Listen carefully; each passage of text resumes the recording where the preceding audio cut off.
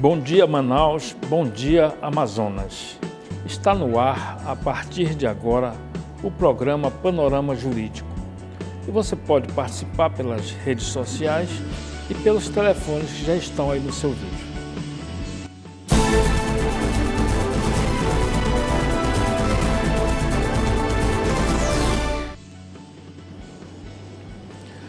O Supremo Tribunal Federal considerou, no mês passado, inviável o recálculo do valor da aposentadoria por meio da chamada desaposentação. Desaposentação. Por maioria de votos, os ministros entenderam que apenas por meio de lei é possível fixar critérios para que os benefícios sejam recalculados com base em novas contribuições decorrentes da permanência ou volta do trabalhador ao mercado de trabalho após concessão da aposentadoria. O ministro Ricardo Lewandowski acompanhou a corrente vencida que reconheceu o direito do segurado à desaposentação.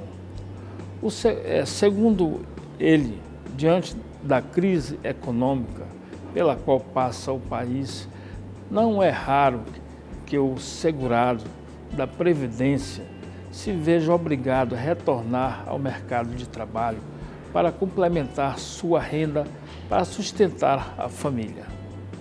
Para o ministro Lewandowski, é legalmente possível ao segurado que retorna ao mercado de trabalho renunciar à sua primeira aposentadoria para obter uma nova aposentadoria mais vantajosa. O ministro Lewandowski disse ainda o seguinte, abre aspas, a aposentadoria, a meu ver, constitui um direito patrimonial de caráter disponível, pelo que se mostra legítimo, segundo penso, o ato de renúncia unilateral ao benefício, que não depende de anuência do Estado, no caso o INSS. Fecha aspas. Já a ministra Rosa Weber, que seguiu o entendimento do relator do recurso, ministro Luiz Roberto Barroso, de que a legislação é omissa no que diz respeito à desaposentação. Já a ministra Rosa Weber, que seguiu o entendimento do relator do recurso, ministro Luiz Roberto Barroso, de que a legislação é omissa no que diz respeito à desaposentação. Na visão da ministra, não existe proibição legal expressa a que um aposentado do regime geral da Previdência Social que tenha continuado a trabalhar obtenha novo benefício, com base nas novas contribuições. A ministra observou que a filiação à Previdência Social é um vínculo jurídico que gera direitos e obrigações recíprocas e as novas contribuições vertidas pelo aposentado por sua continuidade ou retorno ao mercado de trabalho devem ser consideradas para cálculos de novo benefício. Ela disse que não identifica no artigo 18, parágrafo 2º da Lei 8.213, do ano de 1991, vedação expressa à desaposentação, considerada a finalidade de, a partir do cômputo de novo período aquisitivo, obter mensalidade de aposentadoria de valor maior.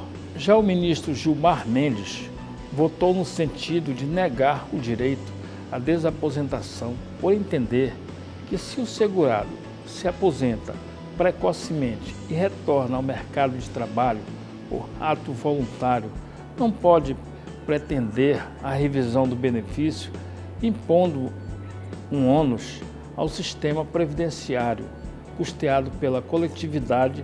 Para o ministro Gilmar Mendes, o artigo 18, parágrafo 2º da Lei 8.213, do ano de 1991, não deixa dúvida quanto à vedação da desaposentação no âmbito do ordenamento previdenciário brasileiro. Vamos a um breve intervalo e voltamos já com a entrevista da semana. Não saia daí.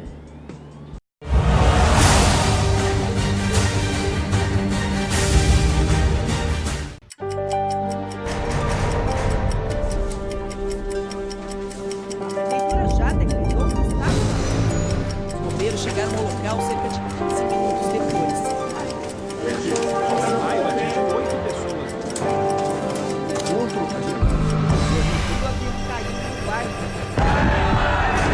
Território controlado pelos criminosos.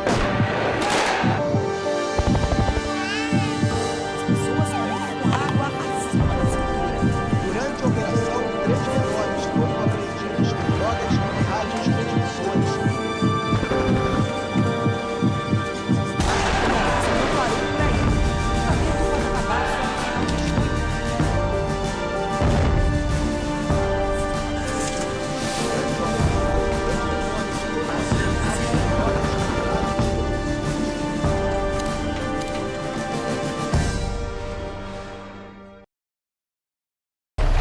Quem me vê correndo assim, nem imagina que eu já tive tuberculose. Mas eu venci a doença e qualquer pessoa pode vencer. Se você tosse por mais de 3 semanas, procure a unidade de saúde do SUS e faça o teste grátis. O tratamento também é gratuito, não pode ser interrompido. Vai por mim. Tuberculose existe, mas tem cura. Apoie quem tem a doença. Ninguém merece perder o fôlego por causa dela.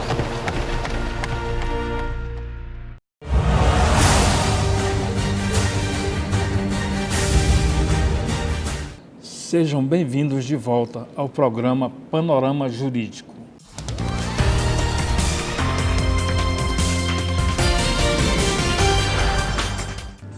E o nosso entrevistado de hoje é o Dr.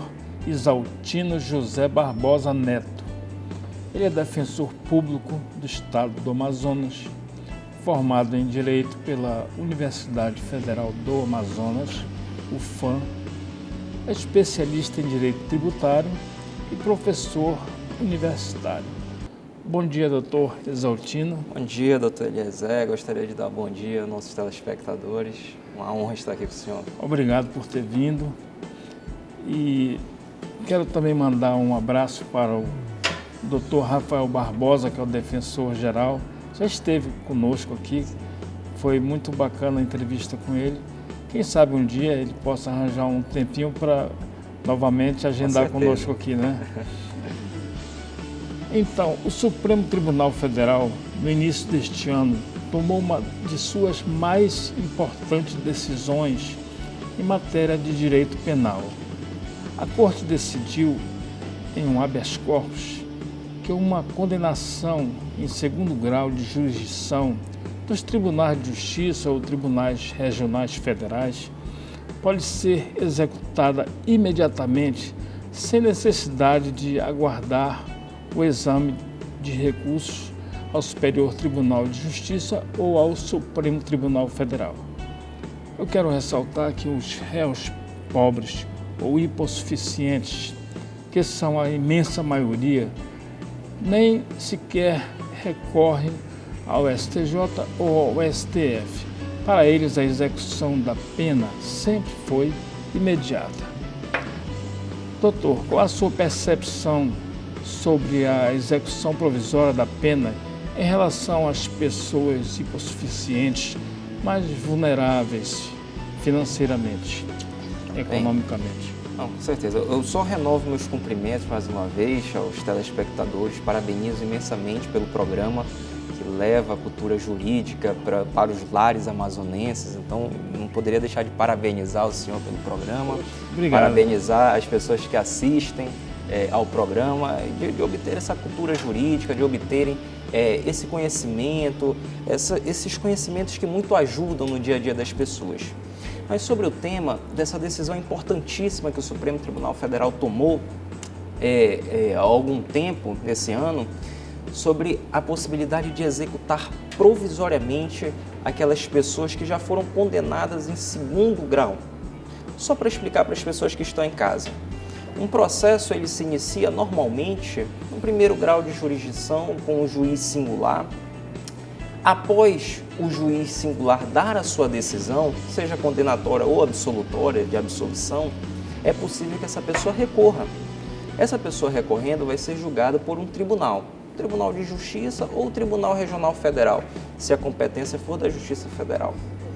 Depois da decisão desse órgão colegiado, poderá ser interposto recursos chamados excepcionais, que é o recurso para o Supremo Tribunal Federal ou para o Superior Tribunal de Justiça.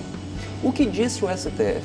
O STF disse que já seria possível a execução provisória da pena fixada, ou seja, se for uma pena privativa de liberdade, a pessoa já pode ter a sua liberdade restringida a partir dessa decisão de segundo grau, do Tribunal de Justiça ou do Tribunal Regional Federal.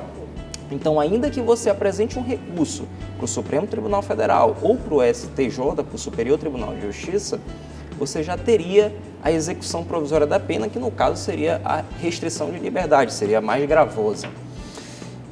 O que o STF, na nossa visão, deixou de observar? Deixou de observar a presunção de inocência, que é direito fundamental de qualquer cidadão. Diz a Constituição da República que ninguém vai ser considerado culpado até o trânsito em julgado da decisão condenatória. E essa decisão, ela me remete a uma análise do que nós brasileiros, fazendo até meia-culpa, do que nós brasileiros achamos para a solução dos problemas.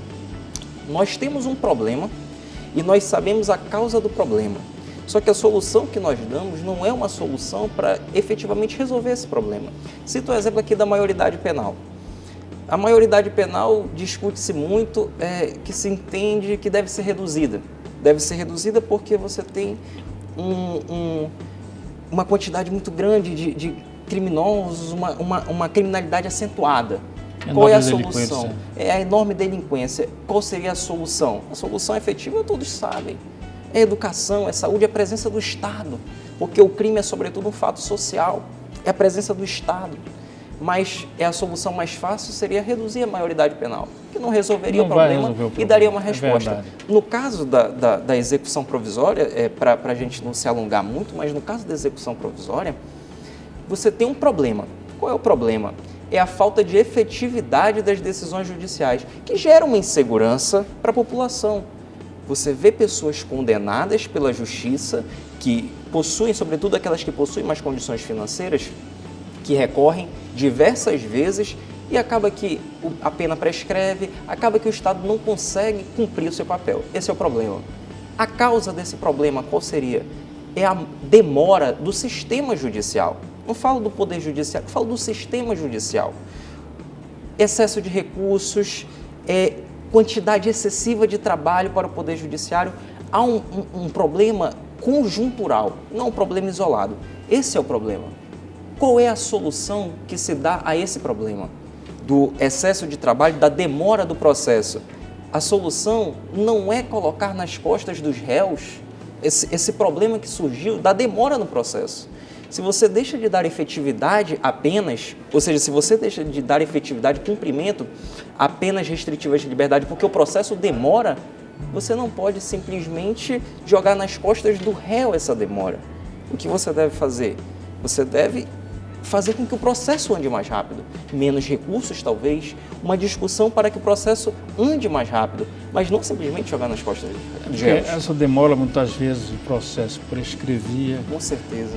Até o réu morria, ficava idoso, enfim, muita coisa acontecia. Então, realmente, talvez a velocidade nos processos, de uma forma mais célere, fosse uma solução mais acertada. Eu também concordo com o senhor nesse ponto aí. E eu acrescento uma informação que eu obtive da Defensoria Pública do Rio de Janeiro, que é algo alarmante. De todos os recursos que eles apresentam para os tribunais superiores, para o STJ e para o STF, a Defensoria Pública do Rio de Janeiro disse que em 46% dos casos eles obtêm êxito. Ou seja, em 46%, aquelas pessoas que foram condenadas por tribunais de justiça, elas obtêm uma melhora na sua situação. Quem é que vai devolver para essa pessoa o tempo no cárcere se ela vier a ser absolvida por um tribunal superior? É porque tem um efeito pedagógico. Normalmente não é o rigor da pena. A pessoa, só o fato de estar pagando uma pena, ela já tem aquilo como uma reprimenda e já corrige seu comportamento, não é verdade? Com certeza. Doutor, o novel Código de Processo Civil, que entrou em vigor no dia 18 de março deste ano de 2016, trouxe diversas inovações, muitas delas que demandaram certas mudanças na forma de atuar, mudanças profundas na cultura jurídica brasileira. Qual o papel da Defensoria Pública no processo cooperativo de formação dos precedentes? Bom, a pergunta é muito pertinente porque nós falávamos há pouco exatamente que o processo ele demora no âmbito do processo penal, mas em todos os âmbitos do processo civil, do penal, o processo ele demora porque o Brasil ele tem uma cultura litigante. Então, é um excesso de trabalho, é um excesso de processo. O Brasil supera 100 milhões de processos. Se nós colocássemos aí que tem um autor e um réu, cada brasileiro litiga. Todo brasileiro é litigante no processo judicial. Supera 100 milhões de processos, é muito processo. A importância do sistema de precedentes é você consolidar entendimentos para serem aplicados naqueles processos, sobretudo aqueles processos repetitivos, para um melhor gerenciamento dessa quantidade de processos. E, além do mais, traz bastante segurança jurídica, porque se você já tem um entendimento consolidado, por certo, você vai pensar 2 ou 3 vezes antes de ingressar com o pedido. E a Defensoria Pública, ela enquanto instituição, não, além de como patrono dos autores e dos requeridos também no processo civil, mas como instituição ela tem um papel fundamental na sistemática de precedentes. Ela é legitimada para 2 institutos que são que formam precedentes no âmbito do processo civil, que é o Instituto o Incidente de Assunção de Competência, o IAC, e o Incidente de Resolução de Demandas Repetitivas. A Defensoria Pública, enquanto instituição, ela pode peticionar pedindo a instauração desses incidentes com a finalidade de pacificar entendimentos naquelas causas repetitivas, causas envolvendo o direito do consumidor, causas envolvendo demandas da saúde, enfim, em causas repetitivas que a Defensoria visualiza a necessidade de pacificar o entendimento, ela pode, enquanto instituição, pedir essa pacificação através desses institutos, sem prejuízo, obviamente, da sua atuação nos processos, vamos dizer assim, individuais, em patrocínio àqueles assistidos, no âmbito de recursos repetitivos. Então, a Defensoria Pública tem esse papel nessa formação cooperativa de precedentes para trazer segurança jurídica para a sociedade. Perfeito.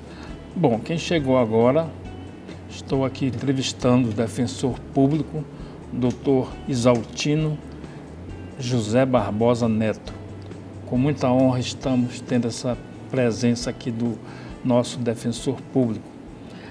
Então, a Lei 13.105 de 2015, que aprovou o novo Código de Processo Civil, que somente entrou em vigor no dia 18 de março de 2016, porque teve o prazo do vacatio legis de 1 ano. É o prazo a partir da publicação até a vigência da lei.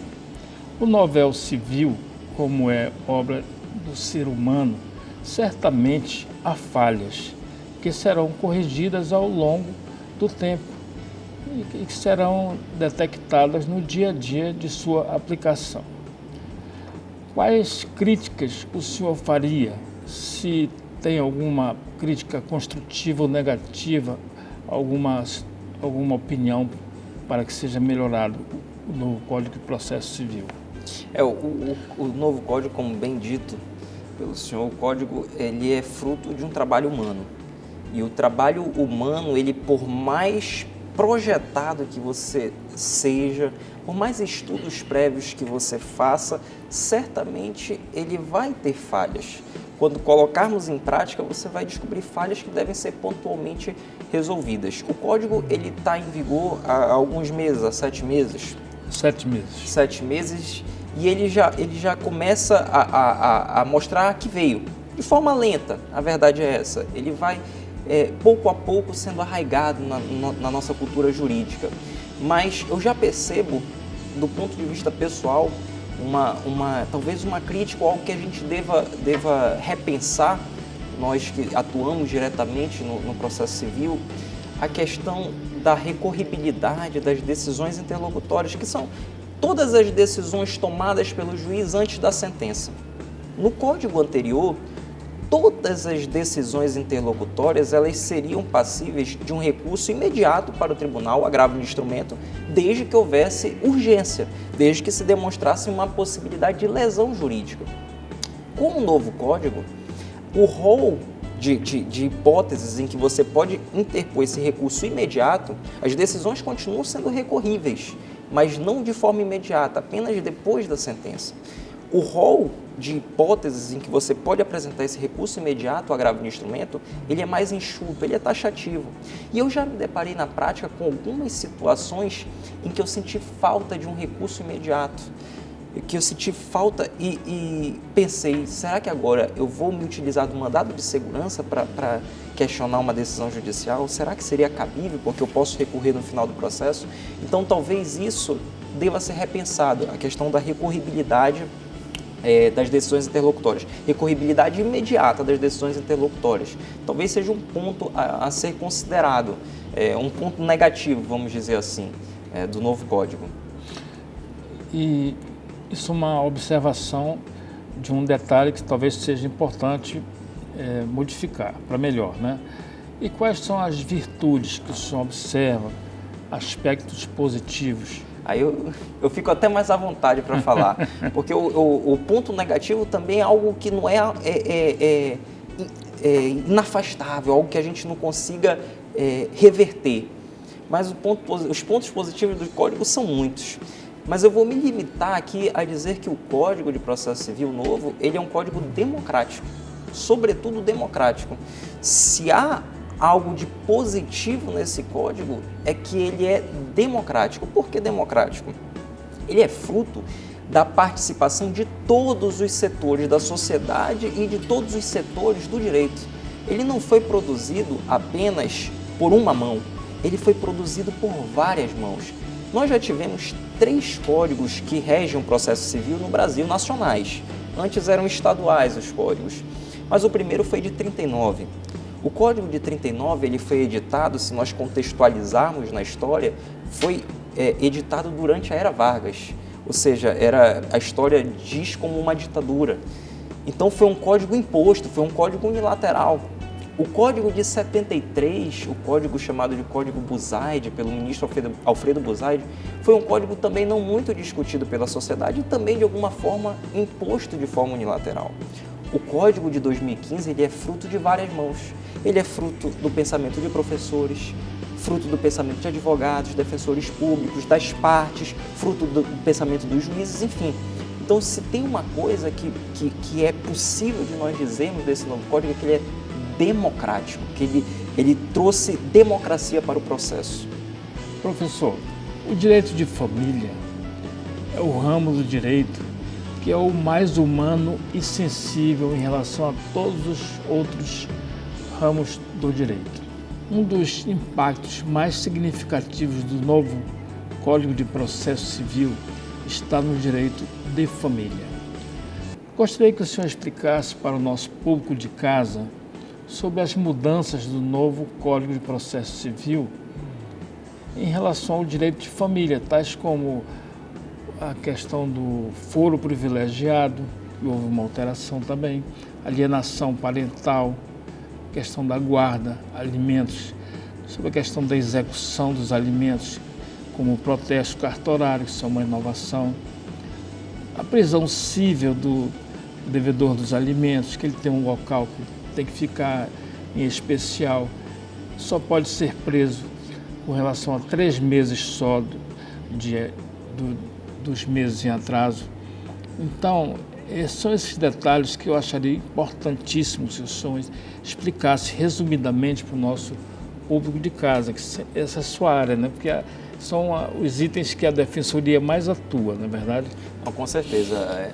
Uma grande porcentagem da atuação na Defensoria Pública ela é concentrada na área de família. Então, uma área extremamente delicada da sociedade, porque o Estado entra no seio familiar e é algo muito delicado e realmente é uma das principais áreas, a principal área de atuação da Defensoria Pública é na área de família. E o novo Código ele trouxe alterações significativas. É bom ressaltar que as alterações que foram trazidas pelo Código de Processo Civil são no âmbito processual. Então, no direito material, na obrigação alimentar, em quem tem direito à guarda, como se dá a guarda, essas questões elas são resolvidas como já o eram, pelo direito material, pelo direito civil, pelas leis extravagantes de família. Mas o processo, ele contribui, há um intercâmbio inegável entre as duas, há uma simbiose, até circular a relação, uma simbiose entre o direito material e processual, e isso é inegável. Então, algumas novidades, como já adiantado, uma das principais novidades que, para mim, o Código de Processo Civil trouxe no âmbito do direito de família foi quando o réu é citado, quando a pessoa que é requerida, demandada num processo, ela é citada, ela é chamada para o processo, a citação é você chamar o réu para o processo para ele se defender. No direito de família, há agora uma vedação. Você não pode mais mandar a cópia da petição inicial para a casa do réu, a cópia da petição inicial, para que ele não tenha acesso, num primeiro momento, aos fatos. Porque a verdade é o seguinte, o Código ele tem um espírito conciliador. E a primeira atitude, o primeiro ato dentro de um processo judicial, em regra, é uma audiência de conciliação e mediação. Então, o requerido, no âmbito da família, ele é chamado para essa audiência e, às vezes, ele não sabe exatamente quais são os fatos. Se ele toma ciência desses fatos logo, talvez ele já fique um pouco chateado e prejudique ele fica a conciliação. Ele fica talvez com um espírito um pouco mais beligerante. Então, ele já vai com aquele sentimento de não querer um acordo. E a verdade é que no direito de família, eu sempre digo isso quando eu falo de direito de família, o direito de família, ele tem que ser o menos direito e ele tem que ser o mais humano. Então, quanto menos o Estado estiver ali dentro daquela família, é mais fácil de você resolver. Professor Exaltino, nosso tempo, infelizmente, é um pouco exíguo. E, doutor, agora as suas considerações finais. Muito obrigado. Eu gostaria de agradecer à Rede Bandeirantes, agradecer ao Dr. Eliezer pelo convite, dizer que a Defensoria Pública está muito honrada de se fazer presente aqui no seu programa, de adentrar na sua residência nessa manhã, para trazer um pouco de conhecimento jurídico, para poder explicar um pouco de institutos de natureza do direito de família, do direito civil, do direito penal, enfim. Então, agradecer bastante, nos colocamos à disposição da população amazonense, porque esse é o nosso papel, é servir a população amazonense. Então, de coração, agradeço o convite, agradeço a Rede Bandeirantes pelo convite formulado. Muito obrigado mais uma vez pela sua presença, doutor Exaltino. E o panorama jurídico de hoje fica por aqui. Agradecemos a audiência de todos, agradecemos aqueles que participaram pelas redes sociais, pelos telefones. Tenham todos um excelente final de semana e até o próximo sábado.